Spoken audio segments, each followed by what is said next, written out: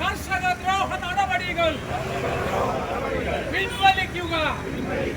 ഇൻക്ലാബ് സിന്ദാബാദ്, ഇൻക്ലാബ് സിന്ദാബാദ്, AKS സിന്ദാബാദ്. ചലോ ചലോ post office, പ്രതിഷേധ സമരം സിന്ദാബാദ്, പ്രതിഷേധ സമരം സിന്ദാബാദ്.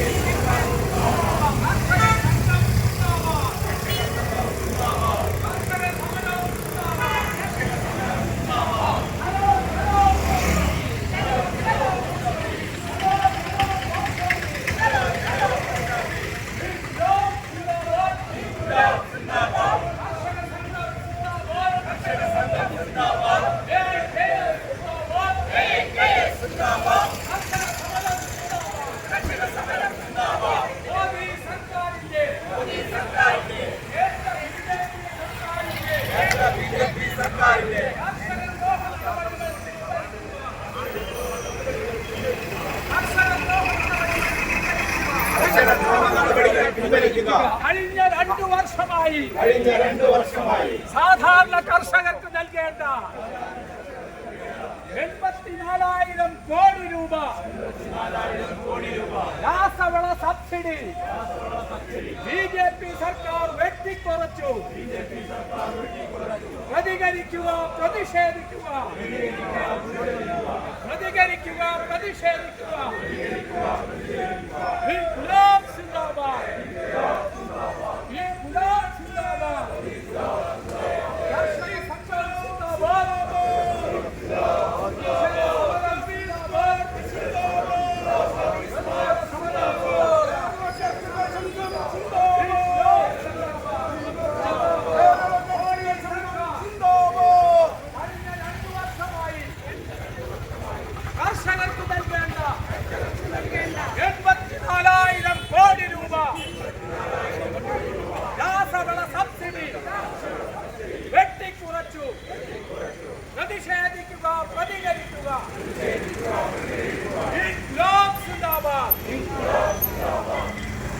പ്രിയമുള്ള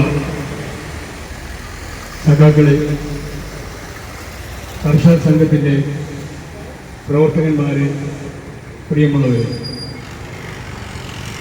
കർഷക സംഘം ഈ രീതിയിലുള്ള ഒരു സമരത്തിലേക്ക് കടന്നു വരാൻ ഉണ്ടായ സാഹചര്യത്തെ സംബന്ധിച്ച് വളരെ വിശദമായി തന്നെ ഇവിടെ ഉദ്ഘാടനം ചെയ്തുകൊണ്ട് കർഷക സംഘത്തിന്റെ ജില്ലാ കമ്മിറ്റി അംഗവും കുന്നമംഗലം ഏരിയ സെക്രട്ടറിയുമായ സഖാവ് അനിൽകുമാറും ജില്ലാ കമ്മിറ്റി അംഗങ്ങളായിട്ടുള്ള സഖാവ് കൃഷ്ണൻകുട്ടിയേട്ടനും പി അനിതയും എല്ലാം ഇവിടെ വിശദമായി തന്നെ സംസാരിക്കും. വളരെ പ്രയാസകരമായിട്ടുള്ള ഒരു സാഹചര്യത്തിലൂടെയാണ് ഇന്ത്യ രാജ്യത്തിലെ കർഷകർ മുന്നോട്ട് പോകുന്നത് എന്ന് നമ്മൾക്കെല്ലാവർക്കും അറിയുന്ന വസ്തുതയാണ്. നരേന്ദ്രമോദി സർക്കാർ കർഷകർക്ക് നേരെ ആക്രമണപരമായിട്ടുള്ള നടപടികളുമായിട്ടാണ് മുന്നോട്ട് പോകുന്നത്. 2020 പാർലമെന്റിൽ യാതൊരു തരത്തിലുള്ള മര്യാദയും പാലിക്കാതെ എല്ലാ പാർലമെന്റ് നടപടിക്രമങ്ങളെയും കാറ്റിൽ പറത്തിക്കൊണ്ട് 3 കരിനിയമങ്ങൾ ഇന്ത്യ രാജ്യത്ത് നടപ്പാക്കിയത്.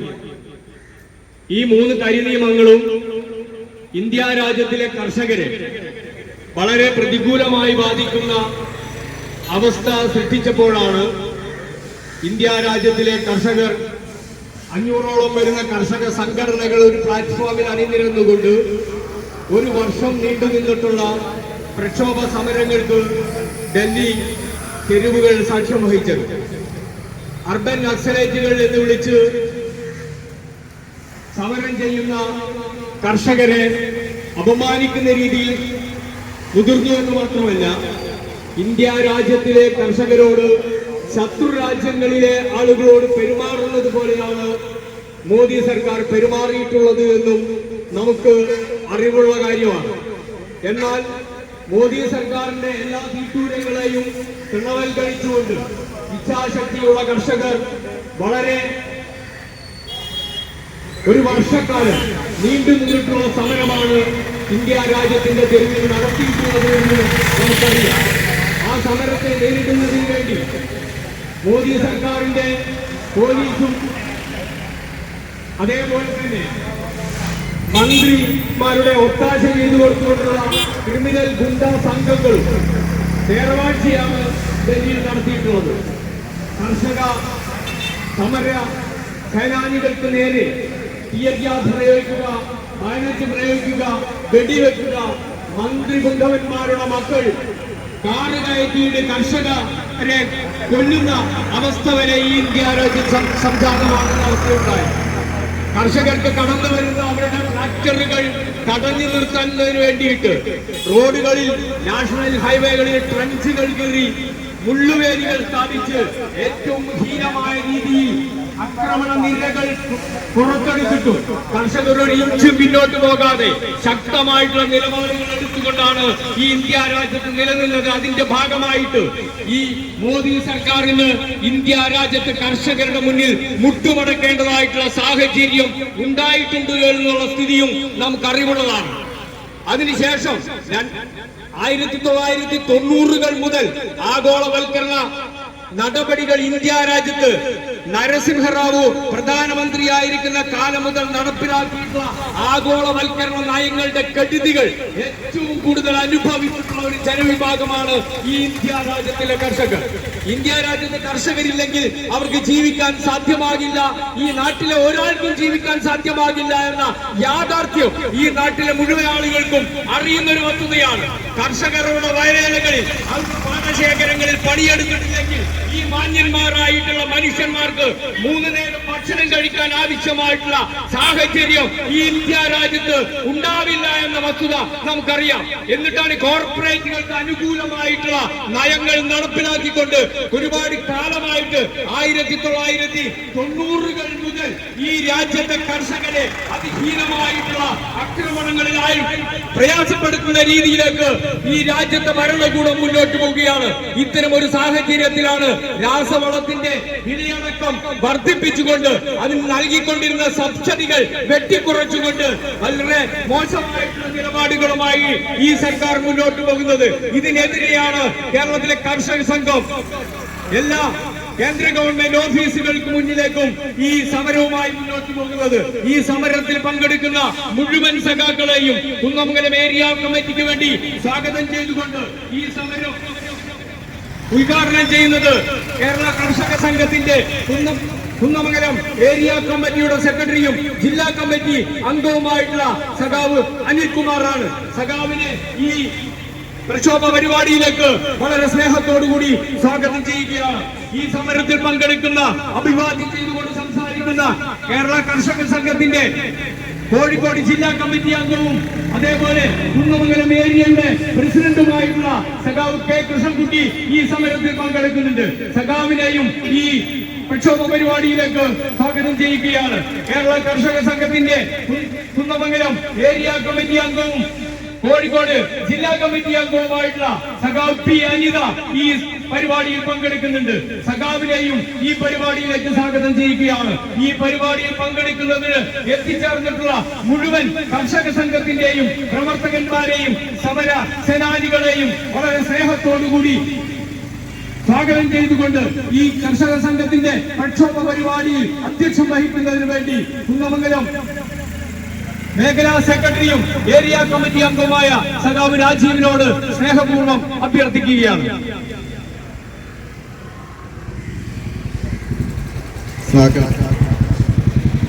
കേന്ദ്ര സർക്കാരിന്റെ ജനദ്രോഹ നടപടികൾക്കും രാസവള സബ്സിഡി കുറച്ചതിന്റെ പ്രതിഷേധ ധർണ ഉദ്ഘാടനം ചെയ്യുന്നതിന് വേണ്ടി ഏരിയ കമ്മിറ്റി സെക്രട്ടറിയും ജില്ലാ കമ്മിറ്റി അംഗമായ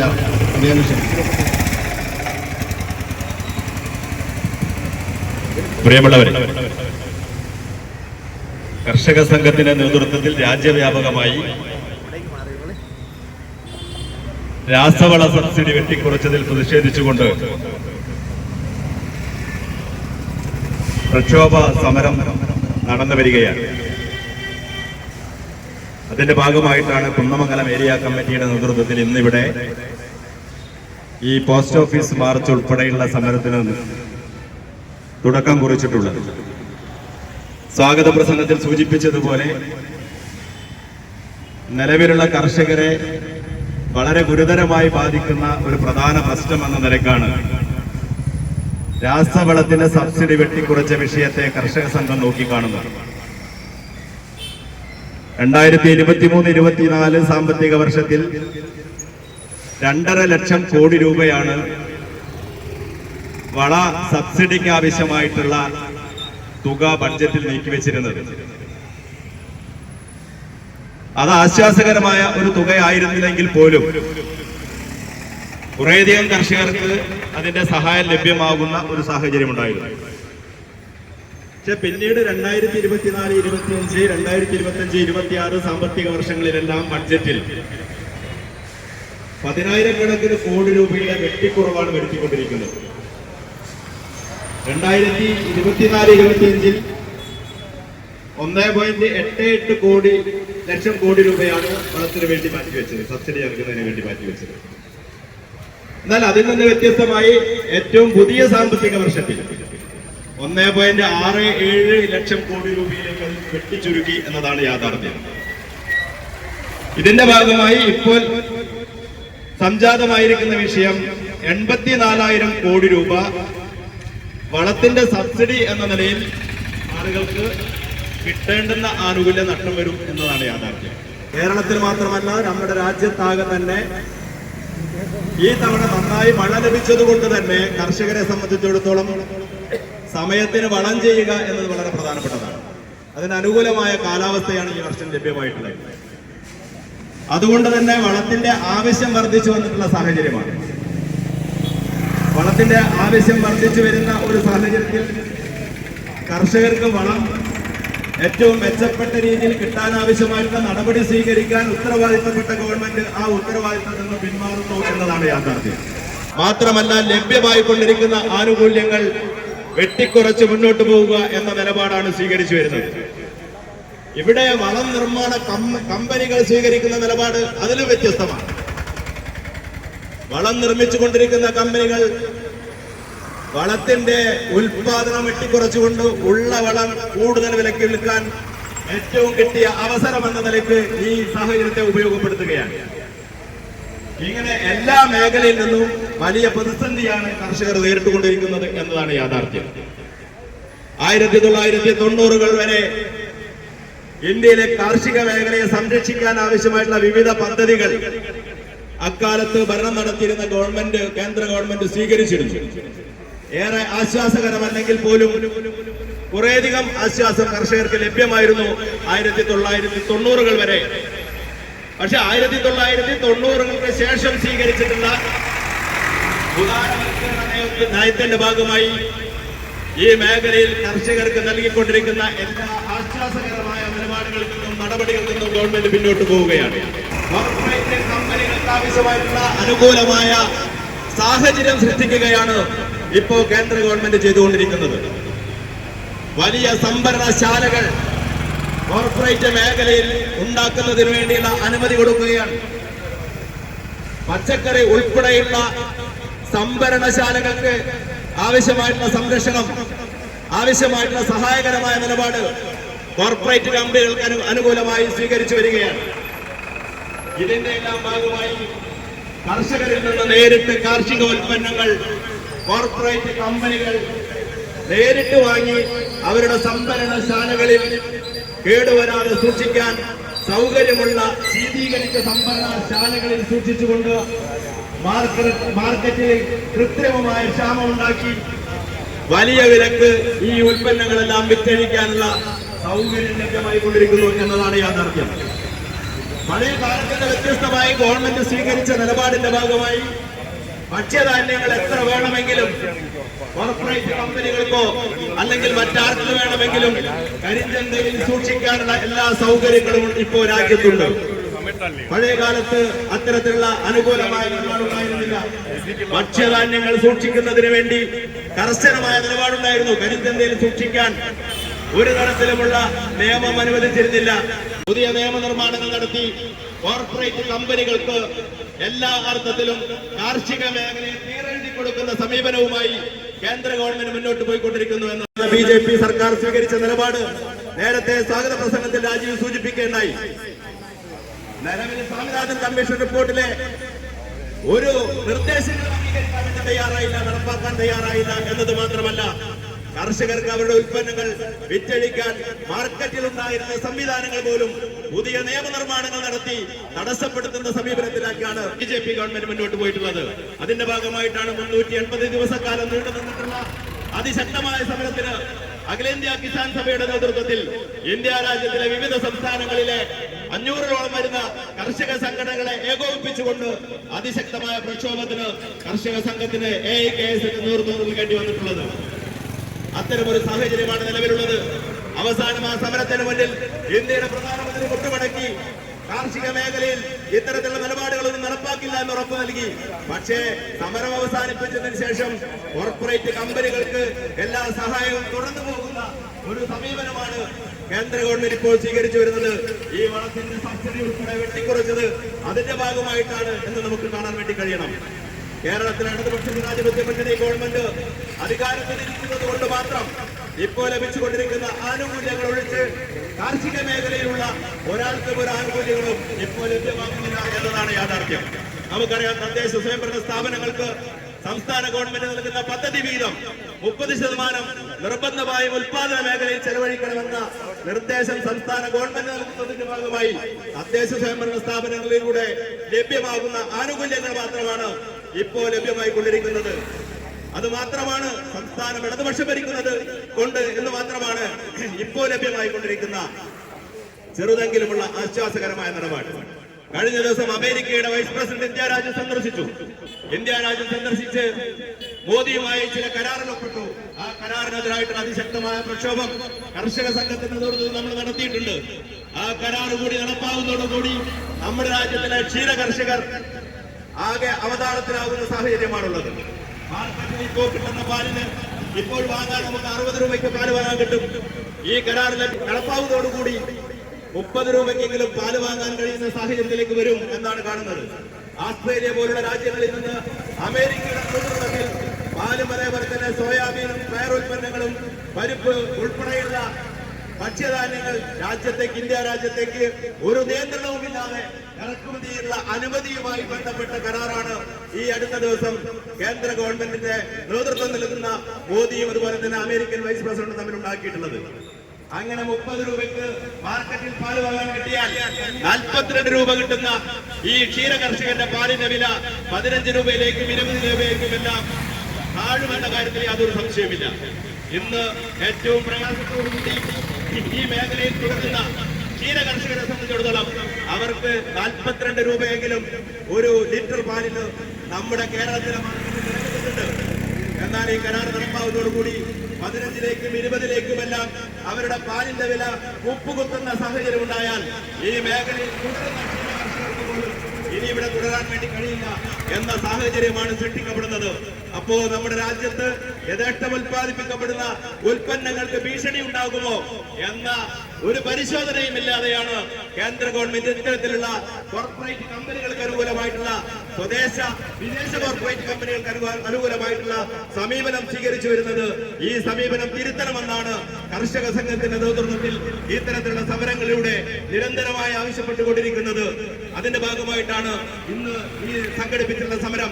ഈ സമരത്തിൽ പങ്കെടുത്തിട്ടുള്ള മുഴുവൻ സമര വോളണ്ടിയർമാരെയും വളരെ സന്തോഷത്തോടുകൂടി കുന്നമംഗലം കർഷക സംഘത്തിന്റെ ഏരിയ കമ്മിറ്റിക്ക് വേണ്ടി അഭിവാദ്യം ചെയ്തുകൊണ്ട് ഈ സമരം ഔപചാരികമായി ഉദ്ഘാടനം ചെയ്തതായി അറിയിച്ചുകൊണ്ട് ഞാൻ അവസാനിപ്പിക്കുന്നു.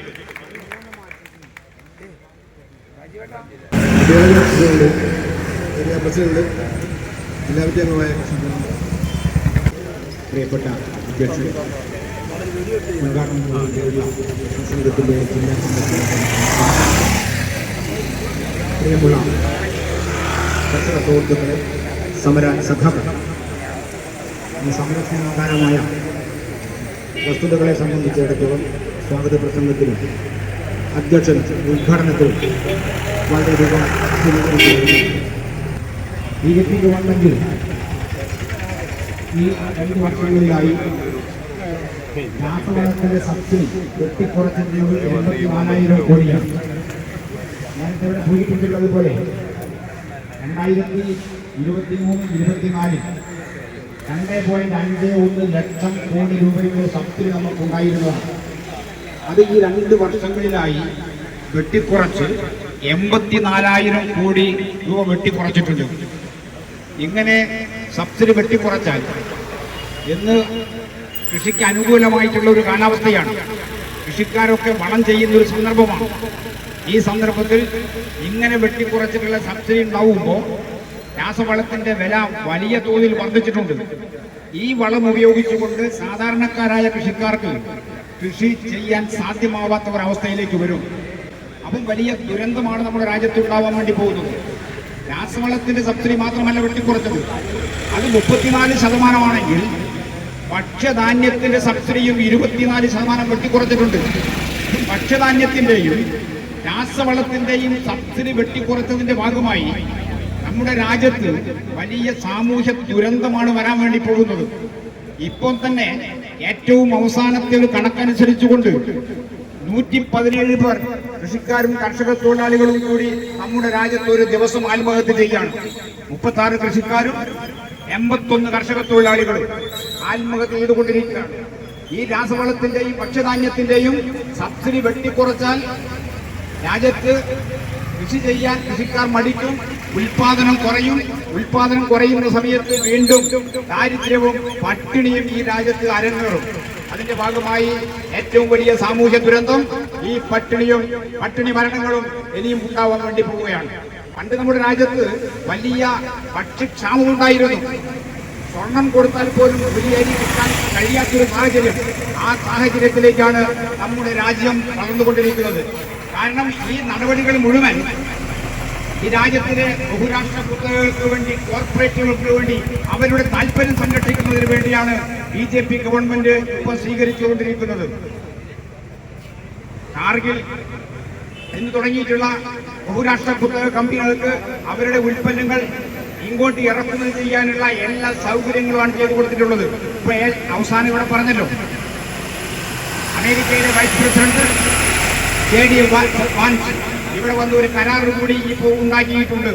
ആ കരാറ് കൂടി ആയിക്കഴിഞ്ഞാൽ നമ്മുടെ രാജ്യത്തിലേക്കുള്ള എല്ലാ ഉൽപ്പന്നങ്ങളും ചുങ്കരഹിതമായി ഇറക്കുമതി ചെയ്താൽ കൃഷിക്കാർ ഉൽപ്പാദിപ്പിക്കുന്ന ഉൽപ്പന്നങ്ങൾക്ക് ന്യായമായ വില കിട്ടാൻ ഒരു സാധ്യതയുമില്ലാത്ത ഒരു അവസ്ഥയിലേക്കാണ് വരാൻ വേണ്ടി പോകുന്നത്. ഇത് വലിയ സാമൂഹ്യ ദുരന്തത്തിലേക്ക് വരും.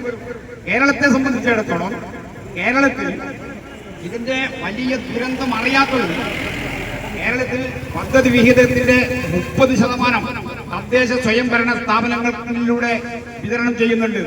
അതിന് സബ്സിഡികളൊക്കെ, ഈ വളത്തിന്റെ സബ്സിഡികളൊക്കെ വാഴയ്ക്കും തെങ്ങിനും അതുപോലുള്ള കാർഷിക ഉൽപാദനത്തിന് ആവശ്യമായിട്ടുള്ള സബ്സിഡികളൊക്കെ 50% തദ്ദേശ സ്വയംഭരണ സ്ഥാപനങ്ങളിലൂടെ അനുവദിക്കുന്നുണ്ട്. ഇത് കൃഷിക്കാരെ ഇന്ന് ഉപയോഗപ്പെടുത്തിക്കൊണ്ടിരിക്കുകയാണ്. അതുകൊണ്ടാണ് പിന്നെയും കൃഷിക്കാർ ഈ നിലയിൽ കൃഷിയുമായി മുന്നോട്ട് പോവാൻ ഒരു സാഹചര്യമുള്ളത്. അതുകൊണ്ട് ഞാൻ ദീർഘിപ്പിക്കുന്നില്ല, കാലാവസ്ഥ മോശമായിട്ട് വരികയാണ്. അതിന്റെ ഭാഗമായി ഇതുപോലുള്ള വലിയ പ്രക്ഷോഭ സമരങ്ങൾ കർഷക സംഘം നേതൃത്വം കൊടുത്തുകൊണ്ട് രാജ്യത്താകമാനം വളർത്തിക്കൊണ്ടുവരികയാണ്. ഇതുപോലുള്ള സമരം വമ്പിച്ച രൂപത്തിൽ സമരം നടത്തേണ്ടതുണ്ട്. നേരത്തെ ഇവിടെ സൂചിപ്പിച്ചല്ലോ, ഒരു കൊല്ലവും 15 ദിവസവും നീണ്ടുനിന്ന ഐതിഹാസികമായ സമരം. ആ സമരത്തിന്റെ പേരിൽ നരേന്ദ്രമോദിക്ക് പോലും മുട്ടുമടക്കേണ്ടി വന്നിട്ടുണ്ട്, മാപ്പ് പറയേണ്ടി വന്നിട്ടുണ്ട്. ഈ കഴിഞ്ഞ ജൂലൈ 9-ാം തീയതി കർഷക സംഘടനകളും തൊഴിലാളി സംഘടനകളും ശക്തമായിട്ടുള്ള പണിമുടക്കുകൾ നടത്തിയിട്ടുണ്ട്. അതുപോലുള്ള ഉജ്ജ്വലമായ പോരാട്ടത്തിന് ഇനിയും നേതൃത്വം കൊടുക്കാൻ എല്ലാവരും ഉണ്ടാവണം എന്ന് മാത്രം പറഞ്ഞ് ഈ സമരത്തിൽ പങ്കെടുത്തിട്ടുള്ള മുഴുവൻ ആളുകളെയും അഭിവാദ്യം ചെയ്തുകൊണ്ട് അവസാനിപ്പിക്കുന്നു.